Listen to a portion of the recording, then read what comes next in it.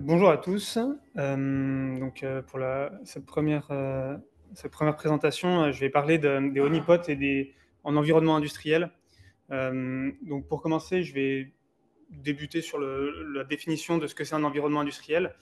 C'est assez large, il y a beaucoup de sujets différents, beaucoup de vocabulaire qui peuvent être spécifiques à ces environnements. On parle d'operational technology en anglais, donc OT, qui vient en opposition au monde IT classique dans la sécurité. On parle d'ICS, on parle de SCADA, on va parler aussi beaucoup d'automates. Donc c'est des environnements donc c'est un terme assez générique qui englobe tous les environnements qui ont un process physique derrière. Donc quelque chose, ça peut être un train, ça peut être un système, un avion, ça peut être aussi une usine, c'est ce qu'on retrouve le plus souvent. Donc avec derrière des automates, donc des automates, on a une présentation ici entre un Siemens et un Schneider. Et ces automates permettent de piloter des systèmes physiques, des pompes, des capteurs de température, tout un tas de choses qui remontent des données à ces automates. Ces automates sont des équipements qui sont programmables avec des langages particuliers qui sont parfois propriétaires à certains équipements ou à certaines marques, d'autres qui sont un peu plus génériques. Et tout ce beau monde communique. Donc, on va avoir retrouvé dans un système, une usine, beaucoup d'équipements de ce type-là. Et tous ces équipements remontent des informations à ce qu'on appelle le SCADA. En français, on parle beaucoup plus souvent de supervision. Et la supervision permet de piloter un process de A à Z. Donc on va avoir, en fonction du type de métier, beaucoup de process différents, beaucoup de types de fonctionnements différents. Mais donc on a ici un peu une présentation un peu générique. Pour ceux qui sont présents en physique, on a dans la valise, là, on a l'exemple de quelques automates avec une sonde de température. On a une IHM également qui présente un peu le type d'équipement. On a des équipements très variés et qui changent en fonction des pays et en fonction du process qu'il y a derrière. Par exemple, un système de GTB, donc de gestion des bâtiments, n'a pas le même type d'équipement que des process qu'on retrouve dans une usine d'eau ou dans un système ferroviaire. J'ai défini ce que c'était un système industriel. Je vais parler maintenant des honeypots.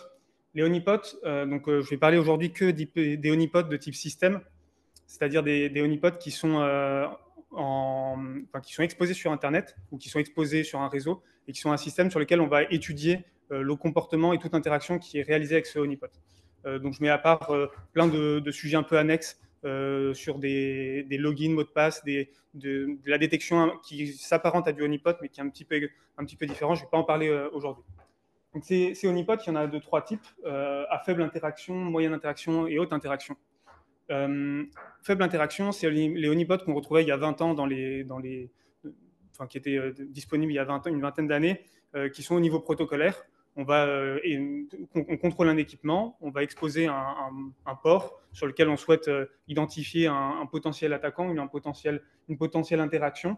Et donc on va mettre par exemple un port TCP sur le 3389 pour identifier une tentative de connexion à RDP, mais ça ne leurre pas l'attaquant. L'attaquant derrière, il n'a pas de réponse, il n'a pas une application à aller chercher. Donc on a peu d'informations. On obtient juste le fait qu'il y a quelqu'un qui a tenté d'interagir avec le port 3389 en TCP.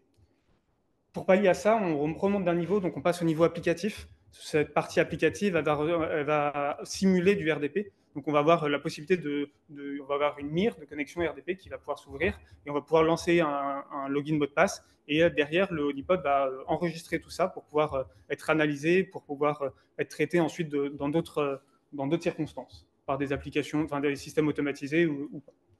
Et on a un honeypot encore plus haut au niveau système. Un honeypot de niveau système, ça veut dire qu'il va simuler l'ensemble de l'équipement. Donc, c'est-à-dire que on va avoir la connexion en TCP d'abord, ensuite on va avoir le RDP, et ensuite on va avoir accès au système Windows qu'il y a derrière. Le système Windows qui est derrière, il est entièrement on peut interagir avec. C'est un vrai système Windows, mais toutes les actions qui sont réalisées sur cet équipement sont loguées, sont enregistrées, et donc on va pouvoir comprendre la volonté d'un attaquant, de ce qu'il veut faire et de ce qu'il va venir chercher sur les machines. On a deux cas d'usage principaux pour les honeypots. On a la détection. On va pouvoir utiliser notamment dans des système industriel où il y a des problématiques de déploiement qui peuvent être, ou de détection qui sont complexes. Je pense notamment à des sondes qui peuvent être assez chères. Je pense à des systèmes type EDR qui ne sont pas forcément adaptés pour l'ensemble des équipements. Il y a plein de solutions existantes, mais le Honeypot propose une solution un peu assez économique. C'est assez facile à déployer. Il n'y a pas de problème de compatibilité avec des systèmes obsolètes ou ce genre de choses. Et il y a peu de faux positifs. Chaque interaction qui n'est pas souhaitée est une anomalie, pas forcément un réel problème de sécurité, un vrai danger, mais ça correspond à une anomalie. Le deuxième cas d'usage, c'est la CTI, c'est le renseignement. On va vouloir acquérir de la donnée sur des attaquants qui ciblent certains types d'équipements. Typiquement, on a dans notre parc beaucoup de firewalls, je ne sais pas, d'une marque, et on va vouloir ensuite savoir quels sont les attaquants qui ciblent ce type de firewall ou les applications qui sont hébergées sur ce firewall, un VPN ou une mire d'authentification, ce genre de choses. On va pouvoir simuler ce firewall et observer toute tentative de connexion dessus, toute interaction avec ces équipements. Et on va pouvoir identifier des attaquants qui vont cibler que ce type de firewall ou ce type d'application spécifique. Dans le milieu industriel, il existe beaucoup de honeypots qui varient de choses très simples à des choses beaucoup plus complexes. On a Compot, Gaspot qui simulait des systèmes de stations essence, je crois. Et on a derrière il y a en open source beaucoup beaucoup de choses qui sont disponibles. On a ici l'architecture de Tipot, qui est une application qui englobe des dizaines de honeypots différents. Et on va pouvoir venir déployer de manière dynamique les honeypots qu'on souhaite. Donc, la technologie est là, on a les honeypots, c'est pas du tout nouveau, et donc on a des applications qui facilitent fortement le déploiement et qui vont permettre de loguer, de cataloguer, d'identifier différentes interactions. Sauf que les honeypots qui sont open source, ils ont certains avantages. On a la capacité de les déployer facilement. Sauf que, en réalité, il y a certaines failles, il y a certaines choses qui vont poser problème. On a un exemple typiquement, si on commence à regarder sur Shodan ou sur d'autres, je pense au NIF ou d'autres moteurs de recherche du même type, on va facilement pouvoir identifier des comportements qui sont pas normaux. Alors ici, on a un exemple en SNMP. Donc on a dans la description de l'équipement Siemens Simatic S7300. Donc c'est un automate qui est assez ancien. Donc on a différentes informations, voilà, contact, corporate IT, blablabla. Et puis en fait, on s'aperçoit que Shodan l'identifie comme PySNMP. Là, on est sur un Siemens SC300 firmware propriétaire, on n'est pas sûr du Python du tout. Donc, en fait, on a typiquement là une information qui nous permet d'identifier un honeypot assez facilement. Puis après, en faisant quelques dorks sur Shodan, on identifie une bonne liste. Et une autre chose qui est assez intéressante, si on veut chercher du honeypot de système industriel, on va pouvoir aller chercher sur Shodan une marque, Siemens, Schneider ou autre. On va lister les équipements et ensuite on va extraire les numéros de série.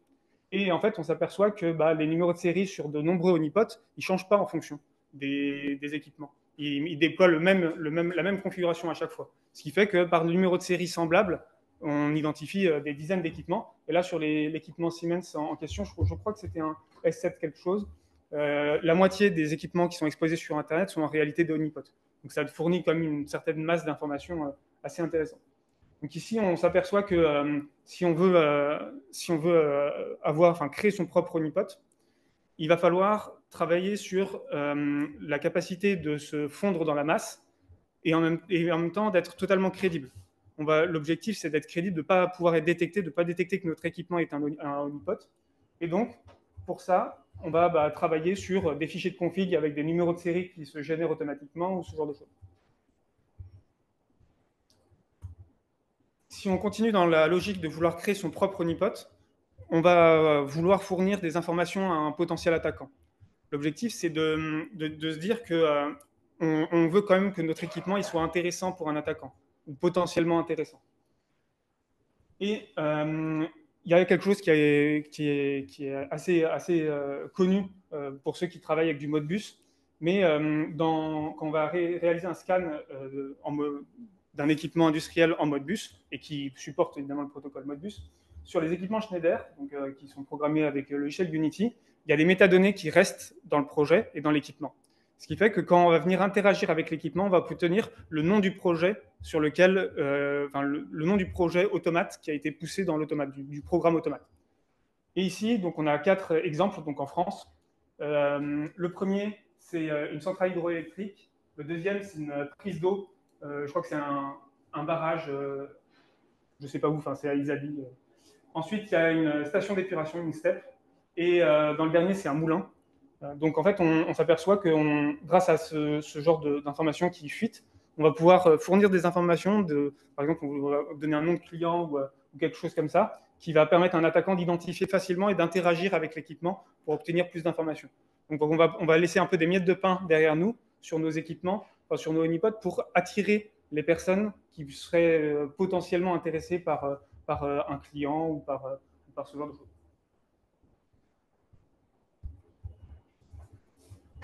On a passé la partie définition et introduction.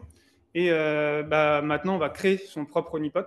Je vais parler d'une marque qui s'appelle Unitronics. Il y a un équipement Unitronics qui est là dans la valise. C'est une marque qui fournit donc des PLC, des automates, et des IHM, donc qui permettent de contrôler. Donc on a un petit écran, on va pouvoir venir contrôler, déclencher au sein de l'usine un process ou ce genre de choses. Et donc c'est une marque qui est assez connue et qui est répartie dans plein de milieux, plein d'industries différentes. C'est pas spécifique à un type d'industrie particulier. On a deux types il y a deux gammes chez Unitronics, la Vision et la Samba. Aujourd'hui, on va parler uniquement des gammes Vision qui ont été ciblées dans l'attaque en question. Donc, ce que j'ai voulu faire, c'est qu'en fait, je me suis aperçu que fin 2023, début 2024, on a des attaquants qui se revendiquaient iraniens, qui ont attaqué des systèmes Unitronics, donc des IHM, qui étaient exposés sur Internet pour passer un message politique. Il y a des IHM qui ont été en Israël, mais aussi aux États-Unis et en Irlande, qui ont été ciblés. Le groupe d'attaquants, c'est Cyber Avengers, donc c'est pas un groupe d'attaquants particulièrement c'est un groupe d'attaquants assez scriptidis, ils n'ont pas des technologies, des techniques très avancées, mais ils ont quand même ciblé un équipement industriel. Et donc, mon objectif était de déployer un honeypot de ce type-là, qui simule un équipement Unitronics, de façon à identifier de potentiels IOC, de récupérer de l'information sur leur technique et s'ils faisaient du brute force, parce que dans les déclarations du CISA notamment, il y avait peu d'informations sur le type de technique qui était utilisée par l'attaquant. Il y avait un mot de passe par défaut, mais on n'était pas sûr exactement de quel mot de passe par défaut il utilisait, parce qu'il y a une interface web, il y a du VNC, il y a un protocole particulier. Donc cet équipement Unitronics, il a un serveur web. Sauf que à cette époque-là, je n'avais pas d'équipement Unitronics. Donc il n'y a pas beaucoup de possibilités, il n'y a pas d'autre choix que d'aller chercher le logiciel de programmation qui est disponible sur le site d'Unitronics. On le télécharge. Et en fait, les logiciels de programmation automate ont souvent la possibilité de venir programmer l'automate donc avec une sorte de simulateur. On va avoir une interface web simulée et on va venir donc ajouter des éléments. On peut le voir sur l'IHM qui est ici. On ajoute en fait des blocs et ensuite on va pouvoir modifier, associer des valeurs à ces blocs. Et donc l'interface web ici, elle a été disponible directement au sein du logiciel VisiLogic qui permet de programmer les équipements Unitronics. Donc, avec ce logiciel, on va pouvoir récupérer les vues. C'est ça qui nous intéressait, c'est les vues d'un automate. Donc, on a un serveur web, on a les vues de l'automate. Donc, pas de possibilité de se tromper. On a une simulation de l'automate, donc les vues correspondent exactement à un vrai équipement Unitronics. Donc, à partir de ce moment-là, on a les vues. Maintenant, il faut construire le serveur web qui est derrière. Le serveur web, il a plusieurs rôles. Il va distribuer les pages, mais il va également faire toute la partie log. Il va loguer toutes les requêtes qui lui sont faites. Là-dessus, toujours dans la volonté d'être le plus fiable possible par rapport à l'équipement initial, on va aller construire les requêtes d'erreur de l'équipement. Donc une requête 404 sur un équipement Unitronics, ce n'est pas le même type d'erreur que sur un serveur Apache ou ce genre de choses. Et donc, on va venir tester et venir simuler toutes les erreurs possibles, 404, 403, 401, de façon à ce qu'un attaquant, quand il va venir scanner, il va obtenir vraiment le même résultat qu'un équipement réel. Ensuite, une fois qu'on a construit notre serveur web, alors ici je l'ai fait en Python, mais on va venir tester et on va vérifier que la partie camouflage via du Nmap. Pourquoi Nmap? Bon, déjà, c'est un outil qui est très utilisé par le scan qui est réalisé sur Internet. C'est un des premiers outils qui est utilisé. Mais il forme des requêtes, des requêtes mal formées, donc il va déclencher un certain type d'erreur qui nous permettent de vérifier que toujours notre équipement, notre serveur web répond de la façon qu'on souhaite. Donc, les équipements Unitronics, ils ont un serveur web, mais ils ont également un protocole industriel, un protocole qui permet d'échanger avec d'autres équipements industriels. C'est le protocole PCOM. Donc, toute la définition du protocole PCOM est disponible directement sur le site d'Unitronics. C'est un protocole qui est fourni par Unitronics. Alors, ce protocole, il est vraiment très intéressant pour plein de choses. Bon, il n'est pas chiffré. Il n'y a pas beaucoup de protocoles industriels qui sont chiffrés. Il n'est pas authentifié. Bon, il n'y a pas beaucoup de protocoles industriels qui sont authentifiés non plus. Mais surtout, il a un certain nombre de fonctions qui nous permettent de venir pousser des valeurs dans l'équipement. Par exemple, on va vouloir lui dire de démarrer un moteur ou ce genre de choses. Mais il a des fonctions qui sont cachées. Donc, c'est des fonctions qui sont intégrées à l'équipement, mais qui ne sont pas dans la spécification officielle du protocole. Donc là, on va pouvoir mettre notre attention sur l'utilisation de fonctions qui ne correspondent pas à une fonction qui est référencée de base. C'est un protocole qui supporte plusieurs supports physiques. Les équipements industriels, ils sont vieux et en fait, il y a un héritage des protocoles. On était d'abord sur un bus et ensuite on est passé sur de l'IP. Donc le protocole, la PCOM, il supporte le CAN, le REST-485 et Ethernet. Il y a deux modes de fonctionnement. Il y a ASCII binary. Je ne vais pas revenir dans les détails exacts du protocole. Si vous voulez, il y a les détails dans les spécifications. Et toujours dans l'idée de se fondre dans la masse, on a plusieurs milliers d'équipements sur Internet qui exposent du protocole PCOM. Et on va pouvoir fondre notre équipement dans la masse. On ne va pas être trop visible par rapport à quelque chose qui serait un petit peu étonnant, un petit peu qui sortirait du lot. J'ai exposé donc cet équipement, ce Honeypot, pendant maintenant, ça doit faire quasiment 6 mois qu'il est exposé sur Internet. Côté serveur web, on a dans un premier temps, donc jusqu'à récemment, j'avais que des requêtes classiques d'exploitation, de tentatives d'exploitation de vulnérabilité par du botnet, différentes CVE qui sont exploitées. Ici, on a un exemple de téléchargement de script qui est du Mirai, donc rien d'intéressant. Dans un premier temps, c'était vraiment rien d'intéressant, un peu déçu. Et puis, un jour, il y a eu une IP qui est venue chercher l'équipement, qui est venue interroger l'équipement, et l'IP, elle est assez intéressante. Elle sort un peu du lot.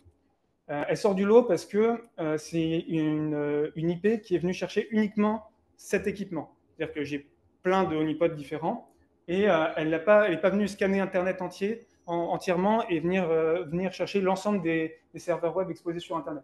Non, elle est venue chercher uniquement venue chercher l'équipement Unitronics. L'IP, elle n'est pas référencée sur Grey Noise, score de 0 sur Virus Total. Donc il y a quelque chose d'intéressant. Il y a quelque chose d'intéressant encore plus à partir du moment où on observe qu'en fait, elle a chargé entièrement les pages du serveur web et qu'elle a tenté de se connecter. Donc le honeypot était situé en France. Il y a eu 3 tentatives de connexion différentes et notamment, on voit que l'attaquant, il a utilisé 2 mots de passe par défaut des équipements Unitronics et le mot de passe SNCF.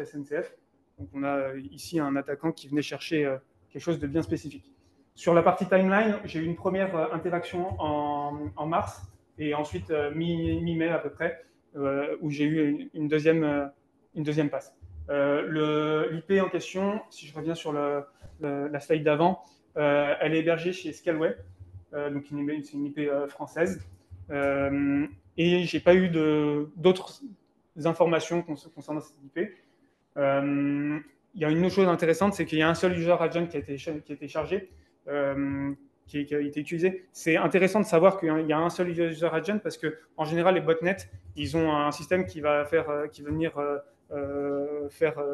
changer le user agent à chaque requête pour venir tester différentes choses, savoir si le serveur répond de la même manière, si c'est Google qui vient interroger ou si c'est un utilisateur. Donc l'user agent qui est unique nous permet de fournir certaines informations en plus de tout ce qu'on avait auparavant. Sur cette IP, donc l'objectif à partir de là, on n'a pas non plus énormément d'informations, mais on va pouvoir venir chercher à faire du pivot. On a une IP, on a un renseignement, et l'objectif, ça va être de voir si on a des IP un peu similaires. Donc on va réaliser du pivot. Pour ça, il y a des outils qui permettent d'identifier des adresses IP qui sont dans les mêmes plages ou les mêmes subnets, les mêmes AS d'un fournisseur d'un FAI ou d'un hébergeur. On va pouvoir également utiliser les combolistes. Typiquement, les 3 mots de passe utilisés par l'attaquant sur la tentative de connexion sur l'équipement Unitronics, c'est 3 mots de passe qui ne reviennent nulle part. C'est-à-dire que sur 3 ans de honeypot qui sont hébergés avec du telnet, des interfaces web, etc., c'est les 3 mots de passe, ils sont totalement uniques. C'est la première fois que je les ai vus. Donc on a quelque chose qui est assez intéressant, ça veut dire que le ciblage était particulier. On n'a pas utilisé une combo liste particulière, spécifique. Ces combo listes, on va pouvoir les retrouver, on va pouvoir identifier des choses intéressantes avec ça, notamment sur la partie Mirai. On va étudier des attaques via le botnet Mirai ou équivalent ou variante. En fait, il y a des combo listes qui sont hard-codées dans ces botnets, et donc on va pouvoir venir faire du pivot grâce à ça. Et on va pouvoir identifier les outils utilisés. Certains outils, DLS, un Nmap par exemple, dans toutes les requêtes, dans toute scan Nmap, il y a certaines choses qui vont revenir. Donc on va pouvoir identifier du Nmap ou du PNVAS via des user agents ou certaines règles de détection. La partie PCOM. Donc il y avait le serveur web d'exposé, il y avait également du PCOM qui était exposé. Il y a beaucoup de bruit dans la partie PCOM, notamment parce qu'il y a des scanners classiques type Shodan, etc., qui sont venus interroger le PCOM. Chose intéressante, j'ai reçu une fois un code réservé, une fonction réservée qui correspond au reboot de l'équipement, qui était donc en PCOM TCP, je crois que c'était du binary, ouais, c'est ça. Donc c'était un mode de communication qui n'est pas celui qui est habituel. Donc on a ici une tentative un peu étonnante de reboot d'un équipement. Mais sinon, le reste était assez peu intéressant. Il y a eu environ 600 interactions en l'espace de 6 mois sur ce protocole. Ici, on a quelques représentations du protocole, des interactions avec le protocole PCOM. À droite, donc, ici, on a la partie AS, et de l'autre côté, on a la répartition des IP sources qui sont venus interagir avec le honeypot. Sur la partie AS, on a du GCP, du 106, du Hurricane. En réalité, tous ces AS hébergent des scanners type Shodan, ONIF, 106, Shadow Server ou ce genre de choses. Et donc, c'est pour ça que les IP sources, la plupart du temps, viennent des USA ou du Canada, parce que c'est là où ils ont leur serveur qui réalise les scans sur Internet. Donc, en fait, sur la partie PCOM, il y a peu de choses qui sont vraiment très intéressantes sur les résultats pour l'instant. Les informations, c'est assez classique, c'est du scan classique. On a donc réalisé ces honeypots, on a de l'information, on va vouloir créer des règles de détection. Donc on peut créer ensuite, grâce aux informations qu'on a récoltées, créer des règles sur Ikata ici. Il y a d'autres règles qui sont disponibles dans le document qui est cité ici, pour ceux qui sont intéressés. Donc on a vu la première partie détection, et on va voir la deuxième partie qui est plutôt sur de renseignements. Comment, à partir d'une interaction d'un honeypot, on va pouvoir remonter L'investigation qui est ici, donc c'est de l'OSINT, elle n'est pas forcément incroyable, on va obtenir certaines informations. L'idée est plutôt de voir comment on peut utiliser certains outils pour pivoter et obtenir différentes informations sur un attaquant. Cette investigation, elle se base sur une connexion en telnet sur mon honeypot, sur un honeypot, et qui vient télécharger un script.sh. Donc, connexion via les logins par défaut, je crois que c'était un admin, et puis il vient télécharger un script.sh. Rien d'incroyable sur cette première partie, c'est très classique. Le script.sh, il comprend le téléchargement d'une variante de Mirai. Donc il y a autant de lignes en réalité parce qu'il vient chercher pour tous les types d'architecture et il lance l'exécution et il teste tous les types d'architecture sur le même équipement. Donc ça veut dire qu'il fait vraiment un brute force étonnant. Il ne vient pas regarder l'architecture et exécuter le script en fonction. Non, il exécute tout et il espère qu'il y a quelque chose qui va marcher dans le lot. Donc pour l'instant, rien d'intéressant. Mais en réalité, l'adresse IP qui héberge ici, là, qui héberge les scripts, les différentes variantes pour l'architecture du botnet Mirai, elle héberge une interface web par défaut qui nous renvoie l'information sur Condi Network. Donc on a quelque chose d'intéressant, la page s'appelle Condi Network. L'objectif pivoté, on va utiliser ONIF ici pour venir chercher s'il y a d'autres C2 du même attaquant. Et on s'aperçoit qu'en fait, il y a une dizaine de résultats. Alors, ONIF a un gros avantage par rapport à d'autres, c'est qu'il y a un historique qui est disponible sur leur interface. L'historique, ici, il garde aussi les adresses IP qui n'ont plus le serveur web d'actif. Et en fait, on s'aperçoit que petit à petit, l'attaquant, au départ, il avait à chaque fois 2 ou 3 C2 qui hébergeaient les fichiers. Et puis, en fait, petit à petit, au fur et à mesure que ces C2 étaient arrêtés par un hébergeur, il remontait d'autres serveurs à côté pour héberger son infrastructure. Donc, on a donc une interface ici qui renvoie Condi Network, mais on a également deux pseudos Telegram. Alors, forcément, ça facilite la tâche. On a deux informations ici. Donc, un pseudo ZXCR 9999 qui a disparu.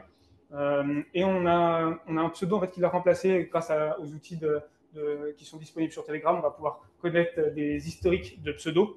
Et donc, on va avoir un nouveau pseudo qui va apparaître qui s'appelle AZ369ZA. Donc, sur ces groupes Telegram, on a des choses assez classiques. La revente de code source de botnet, donc il y a toujours une variante de Mirai. Donc, il y a différents canaux qui échangent sur les soi-disant preuves d'utilisation du botnet. Sur la partie Telegram, il n'y a pas grand-chose de plus d'intéressant. Par contre, sur ce pseudo-là, il est référencé sur un GitHub, il a le nom d'un GitHub, donc ZXCR 9999, il a un compte GitHub. Et alors là, c'est très très intéressant, parce que sur GitHub, il y a les commits, et en fait, dans les confs de son malware, en fait, il y a le C2 qui était hardcodé dedans, et les fichiers de conf étaient poussés sur le GitHub. Donc en fait, on peut suivre l'ensemble de tous les C2 qui sont sortis, l'ensemble des domaines qu'il a utilisés, et puis à chaque fois, il y a plein d'autres choses, hein, mais on a des mots de passe qui ressortent évidemment. On a les pools de minage qu'il utilise pour sa partie minage de crypto-monnaie. On a énormément d'informations. On a également des tokens Discord, parce qu'il se faisait alerter quand une machine était compromise sur son Discord. Donc il avait des tokens Discord qui étaient directement poussés dans son GitHub.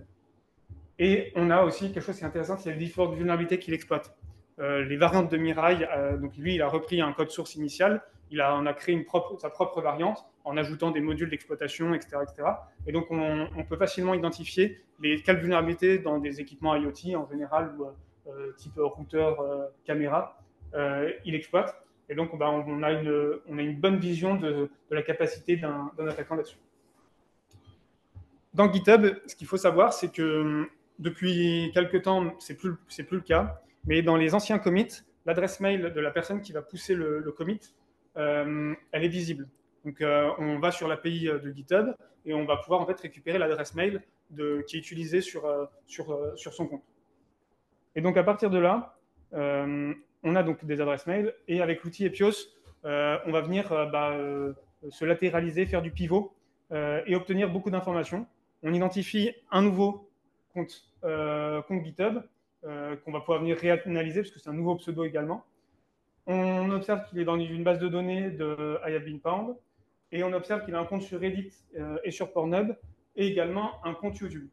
Le compte YouTube nous fournit une nationalité, il est vietnamien. Et en fait, avec les différentes informations qu'on a ici, il est possible de pivoter, identifier des comptes Facebook, un compte TikTok. Et à partir de là, on peut en fait localiser et trouver l'adresse de l'attaquant, en plus de différentes autres informations sur ses fréquentations et ses loisirs. Donc on a ici toute la chaîne et l'objectif à la fin, c'est comprendre la partie financière, pourquoi il fait ça. Et donc on passe sur la partie rentabilisation. Alors, l'attaquant, il n'arrive pas vraiment à vendre, enfin il a du mal à vendre son botnet, en tout cas c'est ce qui en ressort dans un premier temps. Il a du mal parce que c'est les sites qu'il utilise, donc c'est des sites qui permettent de vendre des produits en ligne, euh, sont régulièrement coupés. Et donc il en a monté beaucoup. Je crois qu'on en est au 7 ou 8e. Et à chaque fois, il se le fait couper et à chaque fois, il le remet en place. Et donc, il vend différents soi-disant produits qui vendent du code source du botnet sur des exploits, soi-disant des exploits zero day et différentes informations différentes bouts de code théoriques qui peuvent servir pour un botnet. Il vend également du DDoS as a service. Il fait des démonstrations, notamment sur sa chaîne YouTube, de DDoS. Il va venir attaquer un site chinois, un site gouvernemental chinois qui va take down pendant qui va perturber pendant quelques minutes. Et il a des canaux de communication qui sont assez larges, qui vont de Facebook, où il faisait de la pub sur Facebook en spammant dans des groupes de kiddies sur Facebook, et ensuite sur Telegram où il va venir vendre et faire des soi-disant codes promo pour l'achat de ses différents produits qu'il vend sur les plateformes. Alors, il y a des sujets, enfin, c'est difficile d'estimer la partie vente et si ses outils fonctionnent, enfin, si ce qu'il fait fonctionne bien. Ce qui est sûr, c'est que si on cumule l'ensemble des informations qui sont disponibles sur les ventes affichées des sites, on obtient plusieurs centaines de ventes. Il y a des choses intéressantes aussi, c'est qu'il a un canal de preuves, donc pour soi-disant prouver que son botnet fonctionne et que ce qu'il vend est réel. Et dans ce canal de preuves qui est dispo sur Telegram, il y a des adresses de wallets, notamment Bitcoin et Litecoin. Donc on va pouvoir venir repivoter là-dessus et identifier potentiellement des différentes sources différents volumes de transactions qui ont été réalisés. Bon, est-ce que c'est une vraie menace? Bon, la réponse est clairement non. C'est un attaquant qui fournit pas beaucoup de choses. Il a du mal à vendre son botnet, mine de rien. Les réductions, c'est du 90%, c'est presque NordVPN. L'analyse de la chaîne YouTube est assez intéressante parce qu'il y a notamment le nombre de bots qui sont online. Donc là, on est à 6800.